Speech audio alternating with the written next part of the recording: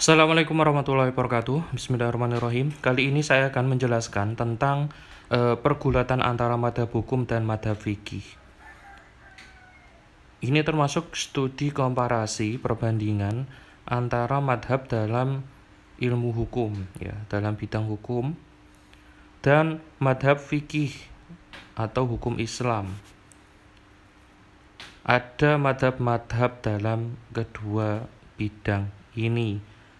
Nah, kita bandingkan. Yang pertama terkait madhab dulu definisinya. Apa itu madhab? Madhab itu diartikan sebagai aliran. Yang kedua, dalam kajian Islam, madhab itu adalah jalan pikiran atau metode yang ditempuh oleh seorang imam mujtahid dalam menetapkan hukum suatu peristiwa. Imam mujtahid itu ulama yang memiliki kapabilitas untuk berijtihad secara mutlak. Yang ketiga, masuk dalam ruang lingkup dan disiplin ilmu apapun terkait segala sesuatu yang didapati adanya perbedaan. Jadi istilah madhab dalam kajian ilmu hukum itu juga bisa dipakai karena madhab itu lebih general, yang pada intinya dia bisa masuk ke ruang lingkup ataupun disiplin ilmu apapun termasuk dalam ilmu hukum. Nah, hukum umum ya ini ya. Diartikan sebagai satu ya, apakah hukum itu sebuah peraturan atau undang-undang. Tuh. Jadi kalau hukum umum itu tergantung ya. Definisinya itu tergantung dari sumber dan konsep hukum yang digunakan. Nah, nanti ada aliran A, aliran B. Nah, definisinya itu akan berbeda. Madhab A akan mendefinisikan hukum demikian, madhab B mendefinisikan hukum demikian. Jadi definisi hukum ya tergantung dari madhab yang dianut.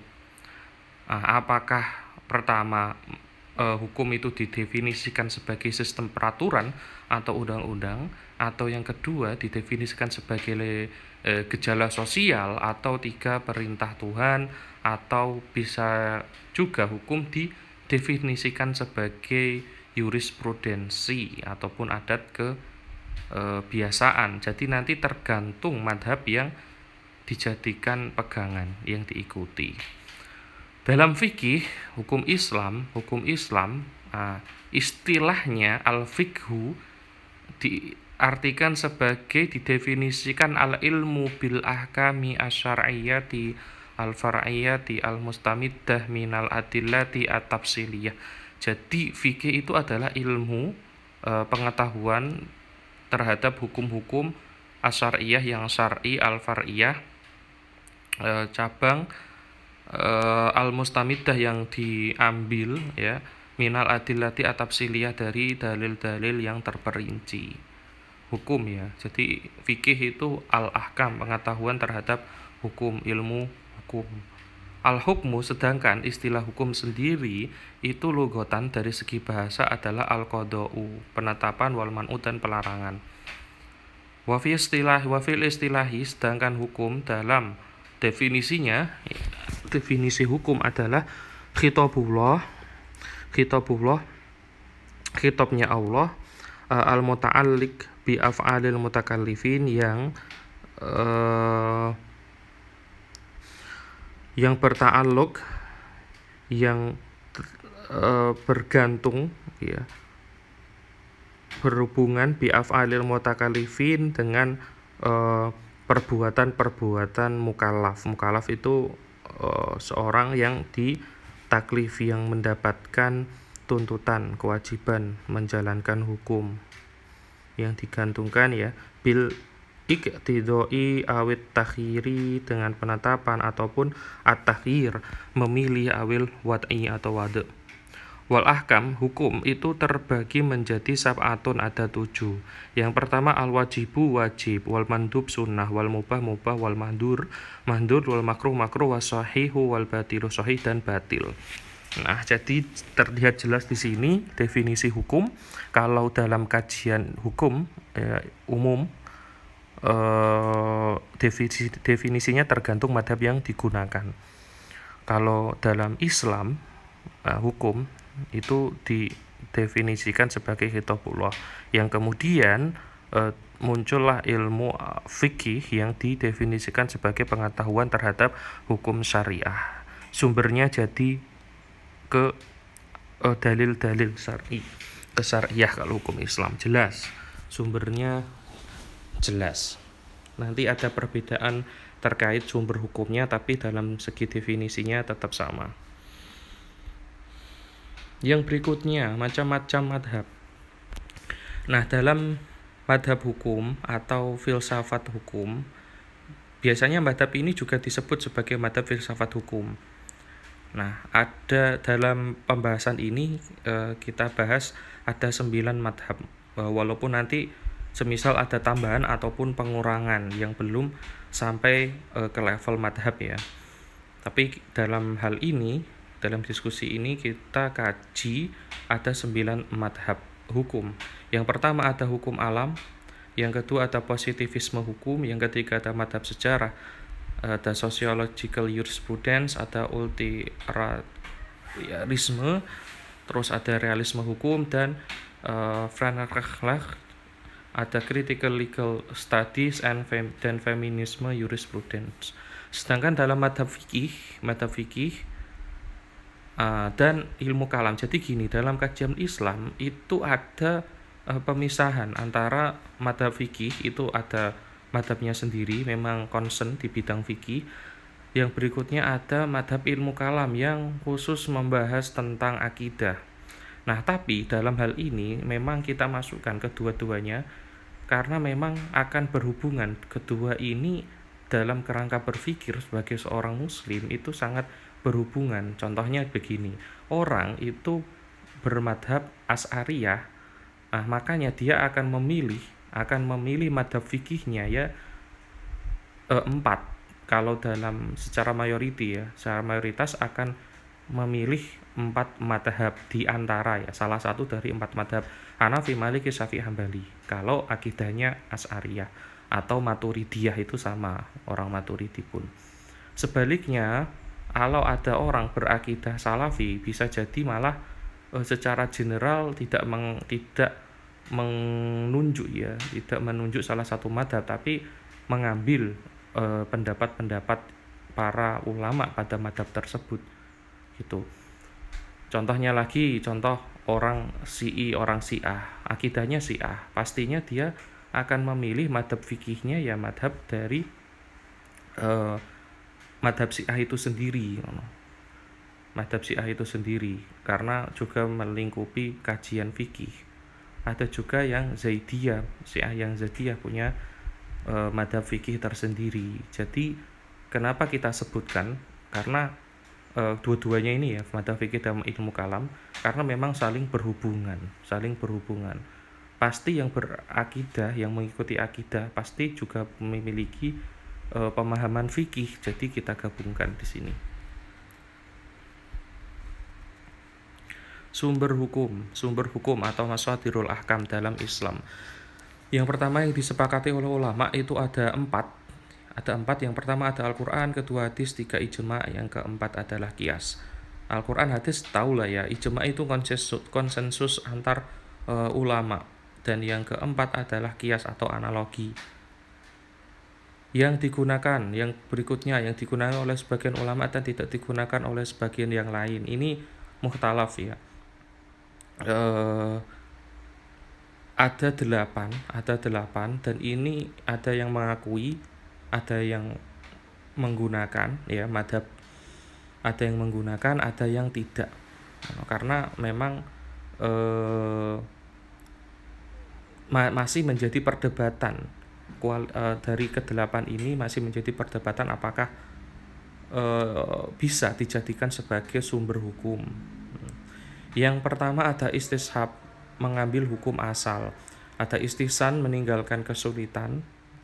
Nah, contoh istihsan ini digunakan oleh madhab Hanafi.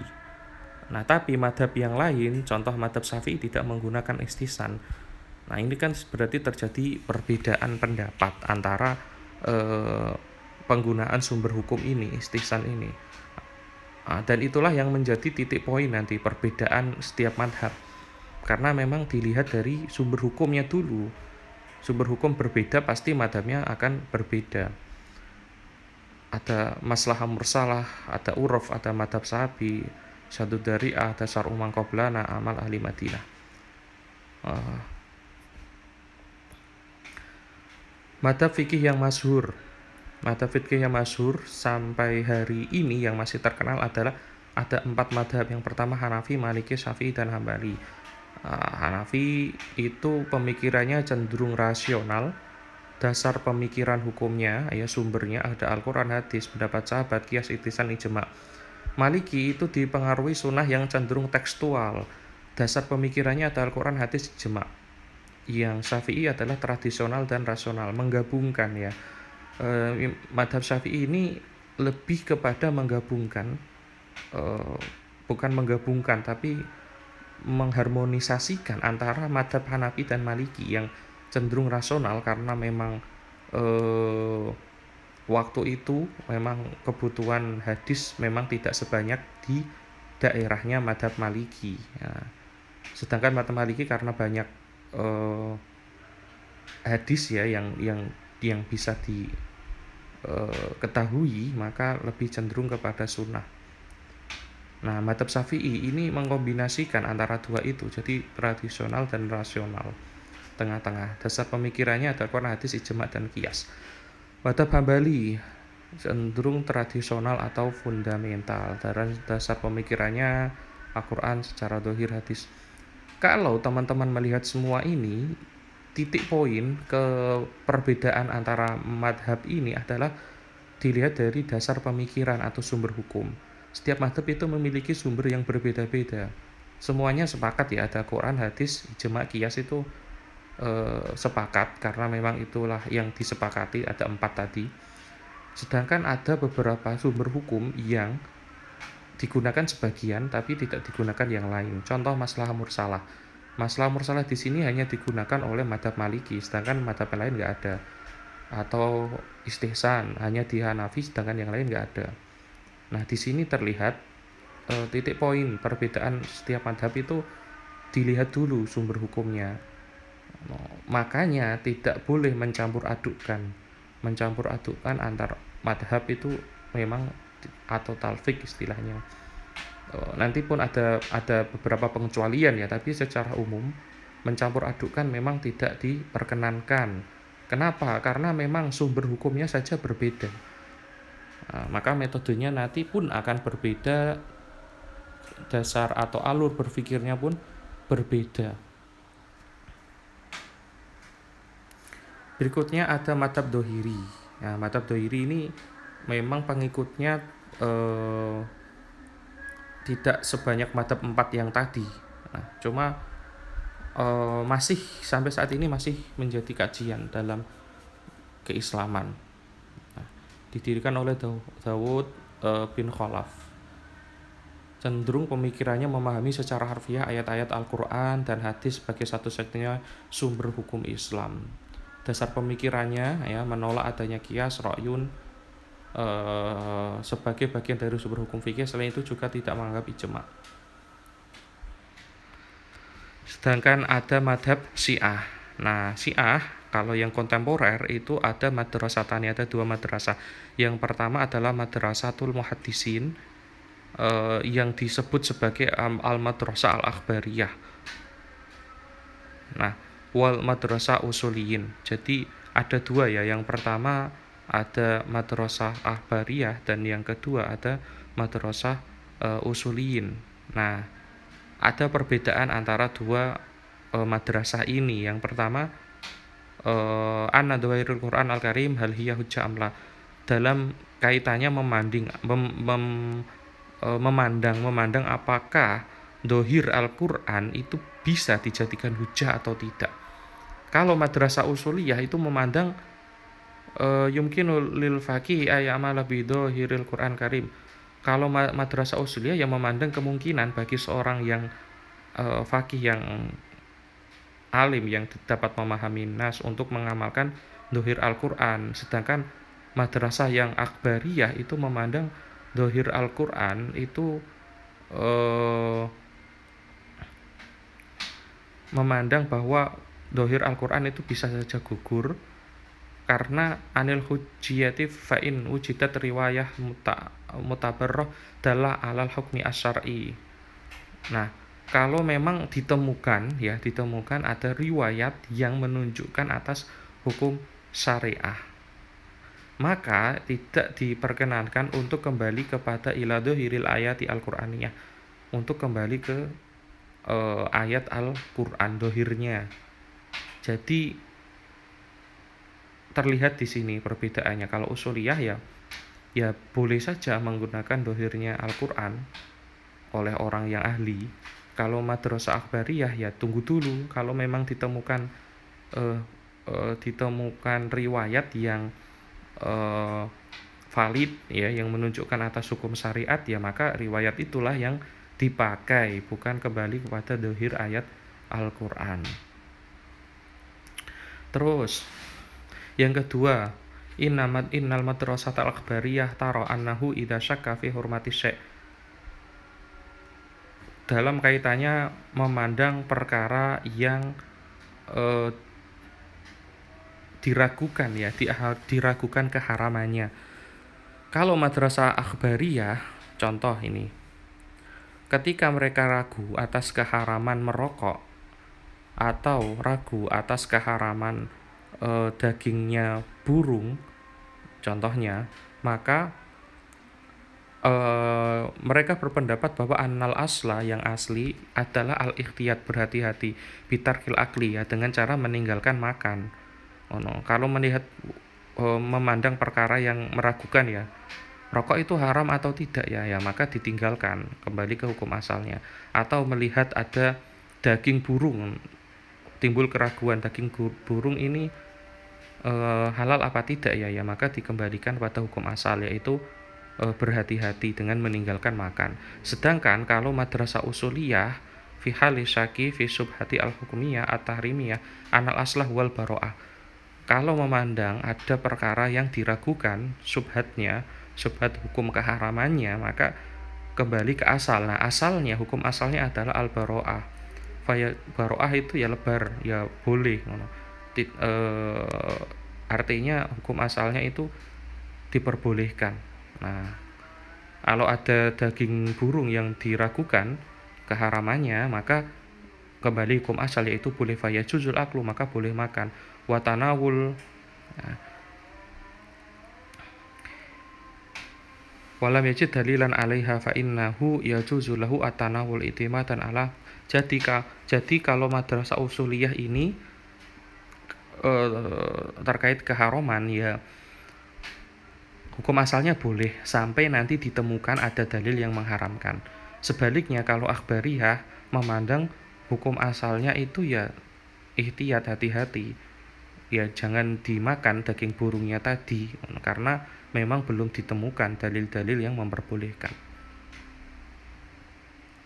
Kalau dari segi istimbat hukumnya, madrasah usuliyah ya al-kitabu wa sunnah wal ijma', ada pengakuan ijma' di situ, yaitu ijma'ul fuqaha al-kashif an qaulil maksum, yang mereka tahu tentang pendapatnya al-maksum. Al-maksum nanti akan kita bahas siapa yang dimaksud dengan al-maksum. Wal aklu, dan mereka juga menggunakan akal usuliyah. Fal aklu al-qat'i. Terus al-madrasah al-akhbariyah itu mereka lataro mas dariyah listimbati lima siwal kitab wa sunnah wal ijma'.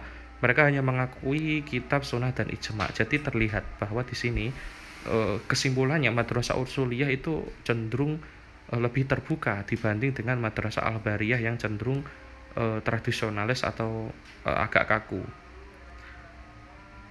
Sementara itu dulu, nanti akan kita bahas di sesi berikutnya. Assalamualaikum warahmatullahi wabarakatuh.